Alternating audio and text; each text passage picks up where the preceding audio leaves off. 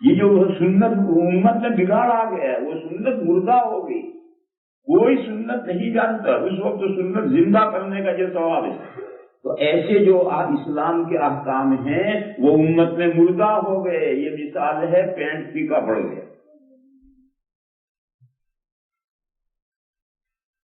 اور اسلام میں ان 3 قرنوں کے بعد اسلام میں فرقے بنے۔ وہ حدیث شریف کہ یہود کے 71 فرقے بنے، نصارہ کے 72 فرقے بنے، میری امت کے 73 فرقے بنیں گے، جس میں سے ایک جنت میں جائے گا، باقی سب جہنم۔ یہ حدیث شریف عقائد کے تعلق سے، اعمال کے تعلق سے نہیں۔ یعنی امام شافعی علیہ الرحمہ کا فالو کرنے والا امام کے پیچھے فاتحہ پڑھتا ہے، امام ابو حنیفہ کا فالو کرنے والا نہیں پڑھتا ہے۔ حنفی، شافعی، مالکی، حنبلی، یہ جو فقہ کے مسالک ہیں، یہ فرقے اس حدیث میں مراد نہیں، کیونکہ اعمال میں جو یہ اختلاف ہے یہ تو صحابہ کے زمانے سے چلا ہے۔ اور میں نے وہ حدیث آپ حضرات کو کئی مرتبہ سنائی ہے کہ حضور نے فوج کو حکم دیا تھا کہ عصر کی نماز بنو قریظہ میں پڑھو، کچھ لوگوں نے راستے میں پڑھ لی۔ انہوں نے یہ کہا کہ حضور کا منشا یہ نہیں تھا کہ نماز قضا کرو، حضور کا منشا تھا کہ جلد سے جلد پہنچو۔ اور کچھ صحابہ نے کہا کہ نہیں، حضور نے ہمیں کہا ہے کہ عصر وہاں پڑھو، لہذا ہم راستے میں نہیں پڑھیں گے۔ انہوں نے عصر قضا کی۔ مغرب کا وقت راستے میں ہوا تو مغرب پڑھی، یہ عصر نہیں پڑھی، عصر نہیں جا کے پڑھی۔ عشاء کے وقت صبح جب حضور تشریف لائے فوج میں، حضور کے سامنے یہ مسئلہ آیا کہ آپ کے ارشاد کے مطابق انہوں نے یوں کیا، انہوں نے یوں کیا، تو حضور نے ان سے بھی کچھ نہیں کہا، ان سے بھی کچھ نہیں کہا۔ تو حدیث سمجھنے میں اختلاف، یہ حضور کا ارشاد تھا کہ جاؤ عصر وہاں جا کر پڑھو، یہ حضور کا ایک ارشاد تھا، اس کو انہوں نے یوں سمجھا اور انہوں نے یوں سمجھا، جس سے ان کا سمجھنا بھی اوکے، ان کا سمجھنا بھی اوکے۔ تو یہ جو احکام قرآن اور حدیث کے سمجھنے میں جو اختلاف چلا آ رہا ہے، یہ تو صحابہ کے زمانے سے چلا آ رہا ہے، اور وہ کوئی خاص اہمیت کا حامل نہیں ہے۔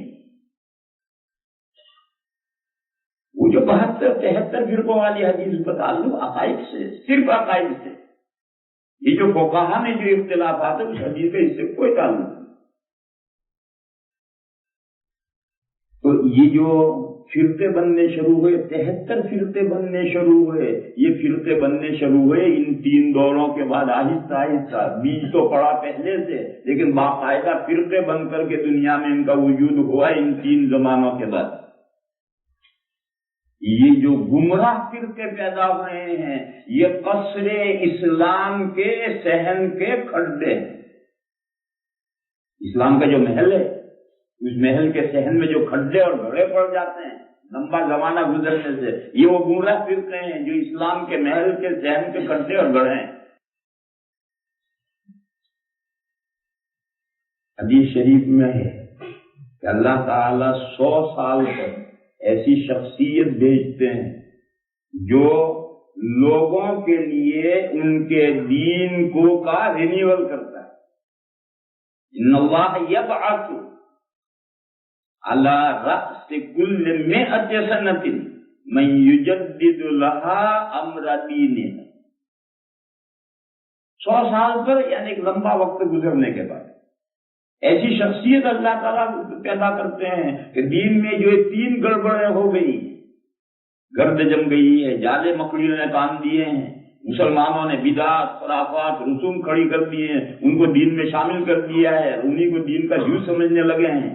دین کے بعد احکام ہیں مسلمانوں میں سے مٹ گئے ہیں، پین پھیکا پڑ گیا ہے، کچھ گمراہ فرقے نئے نئے وجود میں آتے ہیں اور وہ امت کو گمراہ کرتے ہیں، صحن کے اندر کھڈے پڑ گئے ہیں۔ وہ شخصیت پیدا ہوتی ہے اور یہ پورے دین کو رینیول کرتی ہے، وہ ساری مکڑیاں جھاڑو دے کر صاف کرتی ہے، گرد پوچھ کر کے صحیح پینٹ پھیکا پڑ گیا تو نہ دوبارہ پینٹ کیا، اور وہ احکام جو مٹ گئے ہیں محنت کر کے اس نے مسلمانوں میں زندہ کیے۔ اور یہ جو گمراہ فرقے پیدا ہوتے ہیں ان کا پوری قوت کے ساتھ مقابلہ کرتے ہیں۔ کسی کو دنیا میں سے مٹانا یہ کسی کے بس کا نہیں ہے، یہ تو اللہ کے بس کا ہے، لیکن اس درجہ ان کو چپتا کر دینا کہ ان کا فتنہ رک جائے، یہ مجدد کرتا ہے، اور اس درجہ اس کے اوپر حجت کام کرتا ہے کہ وہ چپ یہ بول نہیں سکتا، مسلمانوں کو فتنے میں مبتلا نہیں کر سکتا۔ ایسا کام کرنے والی شخصیت اللہ تعالیٰ ہر 100 سال پر پیدا کرتا ہے۔ اتنی تمہید اور تفصیل کے بعد اب سنو ایک جملے، دیوبندیت نام ہے قرآن و حدیث کے فالو کرنے، اس طرح پر جس طرح سے اسلام کے پہلے 3 قرن صحابہ، تابعین اور تبع تابعین نے قرآن کریم جس طرح سے سمجھا ہے، اس طرح سے قرآن و حدیث کے فالو کرنے کا نام دیوبندی ہے۔ دیوبند کا کوئی کانسٹیٹیوشن نہیں، دنیا دیوبند کا کوئی دستور اساسی نہیں ہے، دیوبند کے کوئی عقیدے نہیں، دیوبند کے کوئی الگ اعمال نہیں ہے، یہ قرآن اور حدیث ہے۔ آج 140 سال آپ کے دارالعلوم دیوبند کو ہو گئے ہیں، تو کوئی دستور اساسی نہیں۔ دارالعلوم کا ایک دستور اساسی ہے، مگر وہ انتظامی امور سے متعلق ہے کہ ملازم کیسے رکھا جائے، کس طرح سے الگ کرا جائے، مجلس شورا رکھے یا محتمین رکھے، یہ انتظامی اصول ہے۔ لیکن اسلام کے تعلق سے دارالعلوم دیوبند کا کوئی دستور نہیں، نہ اس کا کوئی نام ہے۔ یہ جو دیوبند اور دیوبندیت نام پڑ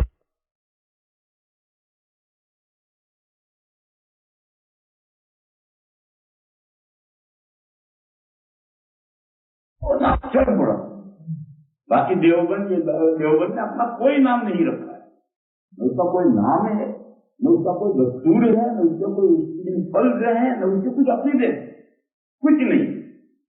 دیوبندیت نام ہے قرآن اور حدیث کا، یہی قرآن اور حدیث دیوبند کا دستور اساسی ہے۔ مگر یاد رکھو، مگر قرآن اور حدیث دستور اساسی ہیں اس طرح پر جس طرح پر اس کو صحابہ، تابعین اور تبع تابعین نے سمجھا ہے۔ بعد کے لوگوں نے جو اس میں گڑبڑیں کی ہیں، جتنے گمراہ فرقے ہیں وہ سب گمراہ فرقے قرآن سے استدلال کرتے ہیں، جتنے گمراہ فرقے ہیں وہ سب حدیثوں سے استدلال کرتے ہیں۔ یہ استدلال ان کے رائے ہیں، تو یہ جو بعد میں گڑبڑیں ہوئی ہیں قرآن و حدیث سے استدلال کرنے میں، دیوبند اسے نہیں مانتا، بلکہ دور اول میں جو قرآن و حدیث جس طریقے پر سمجھا گیا ہے اس طرح۔ یہاں ایک سوال پیدا ہوتا ہے کہ دیوبند تو قائم ہوا ہے 13ویں صدی میں، 1283 ہجری میں محرم کی 15 تاریخ کو دارالعلوم دیوبند کا قیام ہوا۔ 1283 جب 1283 ہے کہ 13ویں صدی ہوئی، اس کے محرم کی 15 تاریخ کو دارالعلوم دیوبند کا قیام ہوا۔ تو کہ اتنے لمبے زمانے کے بعد میں صحابہ، تابعین، تبع تابعین قرآن اور حدیث کو کس طرح سمجھے تھے، سمجھتے تھے، یہ ان علماء دیوبند کو کس نے بتلایا؟ وہی آئی ان پر،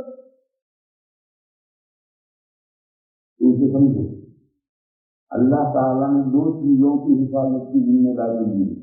ایک کو تو آپ جانتے ہیں کہ قرآن اور حدیث کے حفاظت کی اللہ نے ذمہ داری دی ہے، اور اس آیت کریمہ میں قرآن لفظ نہیں، اِنَّا نَحْنُ نَزَّلْنَا الذِّكْرَ وَإِنَّا لَهُ لَحَافِظُونَ۔ الذکر عام ہے، قرآن اور حدیث دونوں اس میں داخل۔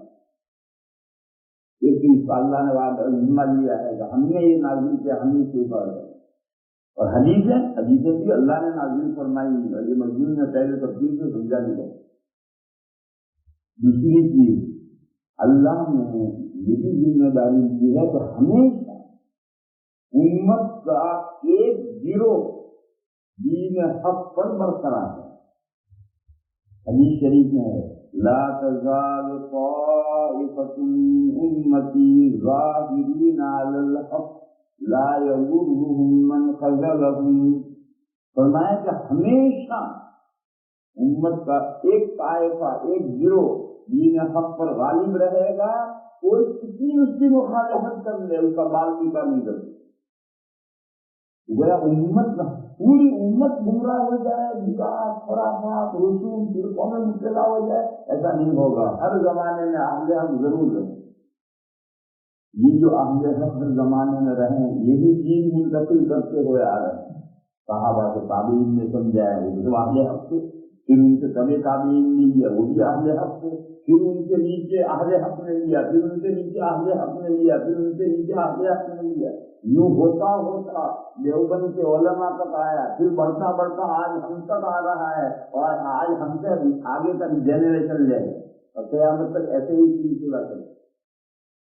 اسی لیے کہتے ہیں کہ قرآن و حدیث کا مطالعہ کافی نہیں، اساتذہ سے پڑھنا ضروری ہے۔ بہت سے ہمارے متجددین ایجوکیٹڈ بھائی ہوتے ہیں، ان کی سمجھ نہیں آتا کہ مطالعے سے اگر دین حاصل کرنے کیا آ رہی ہے، اساتذہ سے پڑھنا کیوں ضروری ہے؟ وہ اساتذہ سے پڑھنا اس لیے ضروری ہے کہ حضور سے جو سلسلہ چلا آ رہا ہے وہ اساتذہ سے حاصل کریں گے، اور اگر آدمی اپنی عقل سے اسٹڈی کرے گا تو ضروری نہیں ہے قرآن و حدیث کو صحیح سمجھے۔ آج قرآن کریم ایک آیت کیا مطلب؟ سب سے پہلے حدیث تلاش کرو، حدیثوں میں اس آیت کا مطلب جو ہے وہی متعین ہے۔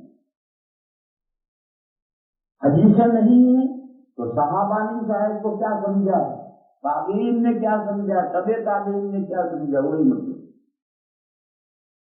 آج کچھ حضرات ماشاء اللہ دنیا کے بہترین عالم ایجوکیٹڈ لوگ قرآن شریف لے کر بیٹھ جائیں گے، قرآن کی 2-3 آیتیں پڑھیں گے، پھر ایک سے پوچھیں گے واٹ یور اوپینین، تو اپنی اوپینین بیان کرے گا، دوسرے سے بولے واٹ یور اوپینین۔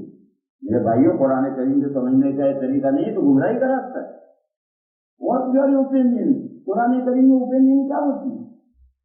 اللہ نے قرآن نازل کیا ہے، اور قرآن کا مطلب اللہ نے اپنے رسول کو سمجھایا، نازل کیا ہے، اور اللہ کے رسول نے صحابہ کو سمجھایا ہے، اور صحابہ نے تابعین، تبع تابعین، اسی طرح سے سینہ بسینہ نقل ہوتا ہوا مطلب آ رہا ہے، وہی مطلب حجت۔ واٹ یور اوپینین کوئی چیز نہیں، وہ گمراہی کا راستہ ہے۔ اس لیے یہ سوال کہ علماء دیوبند تو 13ویں صدی کے ہیں، ان تک وہ صحابہ، تابعین اور تبع تابعین کی باتیں کیسے آئی؟ وہ ہمیشہ اہل حق کا ایک جماعت حق پر رہتی ہے، وہی اوپر اساتذہ سے شاگرد، شاگردوں سے اساتذہ، اسی طرح سے سلسلہ چلتا ہوا ہے۔ تو دیوبندیت نام ہے قرآن اور حدیث کا فالو کرنا، مگر اس طرح پر جس طرح سے صحابہ، تابعین اور تبع تابعین نے قرآن و کریم کو سمجھا ہے، اس طرح سے سمجھ کر فالو کرنے کا نام دیوبندیت ہے۔ بعد میں قرآن و حدیث سے سمجھنے میں جو گڑبڑیں ہو گئی ہیں اور گمراہ فرقوں نے طرح طرح سے سمجھا ہے، اس سمجھنے کا نام دیوبندیت نہیں ہے۔ دین حق وہ نہیں ہے، وہ گمراہ فرقے۔ جائز اب 2 باتیں سن، دنیا میں کبھی تعلیم کہیں بھی کمیونٹی ہے، اگر یہ بات ان میں پائی جاتی ہے تو وہ دیوبندی ہیں، چاہے انہوں نے دیوبند کا نام بھی اب میں نہ سنا، دیوبندی۔ اور اگر یہ بات نہیں پائی جاتی تو وہ دیوبندی نہیں ہے، چاہے دیوبند نے اس کا گھر دارالعلوم کی دیوار میں لگا ہوا، دیوبندی نہیں ہے۔ دیوبند رہتا ہے، دیوبند میں پیدا ہوا ہے، اس کا گھر دارالعلوم کی وال سے لگا ہوا ہے، تو دیوبندی نہیں ہے۔ اور وہ جو اس بات پر ہے وہ دنیا میں چاہے کہیں وہ دیوبندی۔ جب دیوبند قائم ہوا تو بدعات، خرافات، رسوم کی اصلاح کا کام اس سے بہت پہلے شروع ہو چکا تھا۔ شاہ ولی اللہ صاحب کے زمانے میں، شاہ ولی اللہ صاحب کا زمانہ دیوبند سے 100 سال پہلے کا ہے، اس وقت شروع ہو چکا تھا۔ اور ان کے بعد حضرت شاہ ولی اللہ صاحب کے پوتے شاہ اسماعیل شہید رحمۃ اللہ علیہ نے اس پر کتابیں لکھی ہیں اور اس میں اصلاحی کام کیے ہیں، لہذا دیوبندی سب سے زیادہ دشمن شاہ اسماعیل شہید تھے۔ یہ تو کام پیچھے سے چلا آ رہا ہے۔ دیوبند جب قائم ہوا تو ایک ادارے کی شکل میں ایک منظم کام ہوا۔ اب فوجادہ نکلتے ہیں، دنیا میں جگہ جگہ پہنچتے ہیں، کام کرتے ہیں، سنت کو زندہ کرتے ہیں، بدعات لوگوں کو سمجھاتے ہیں کہ بدعات ہے، خرافات ہے۔ باقی یہ کام دیوبندی شروع نہیں کیا تو پیچھے سے چلا آ رہا ہے، دیوبند جیسے منظم کر کے باقاعدہ چلا ہے۔ دوسری بات،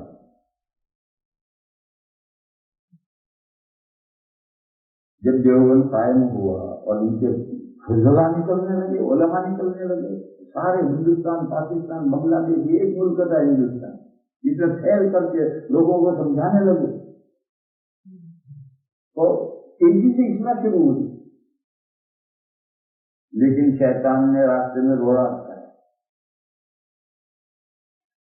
چلتی گاڑی میں روڑا رکھا ہے.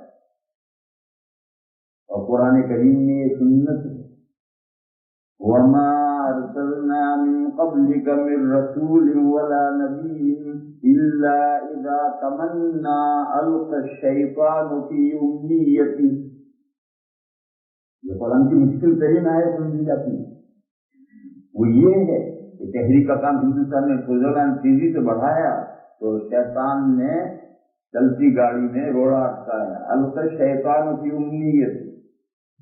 اور ایک صاحب کھڑے ہوئے اور انہوں نے بے شمار کتابیں لکھی اور فتاوی رضویہ 16 جلدوں میں بڑی بڑی جلدیں ہیں، اور انہوں نے بڑی تحقیقات کر کے جتنی بدعات و خرافات امت میں رائج ہو گئی تھی ان کو سنت قرار دیا. اور یہ کہا کہ یہی تھی.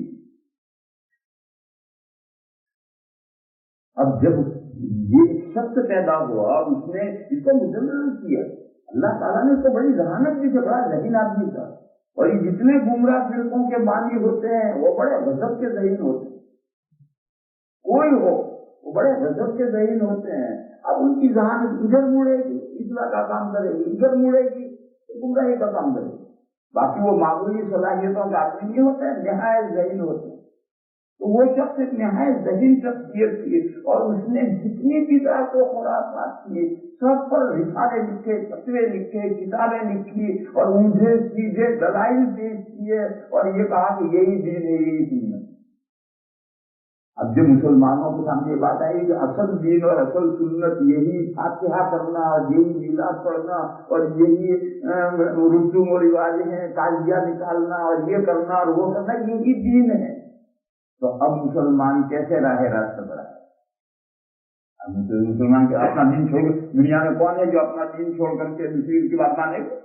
یوں اصلاح کی تحریک جو تیزی سے بڑھ رہی تھی وہ رکی، اور اب 50% تک گئے ہیں. ہندوستان، انڈیا، پاکستان، بنگلہ دیش، ان تینوں ملکوں میں 140 سال کی فضلہ کی محنتیں ہیں. اور فضلہ کتنے ہیں؟ گزشتہ سال 800 طالب علم فارغ ہوئے.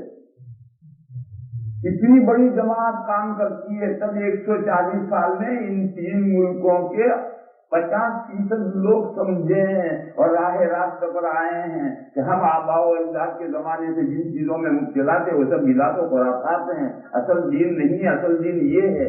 یہ بات 50% لوگوں کی سمجھ میں آئی ہے. ابھی 50% تو انہی میں ہے.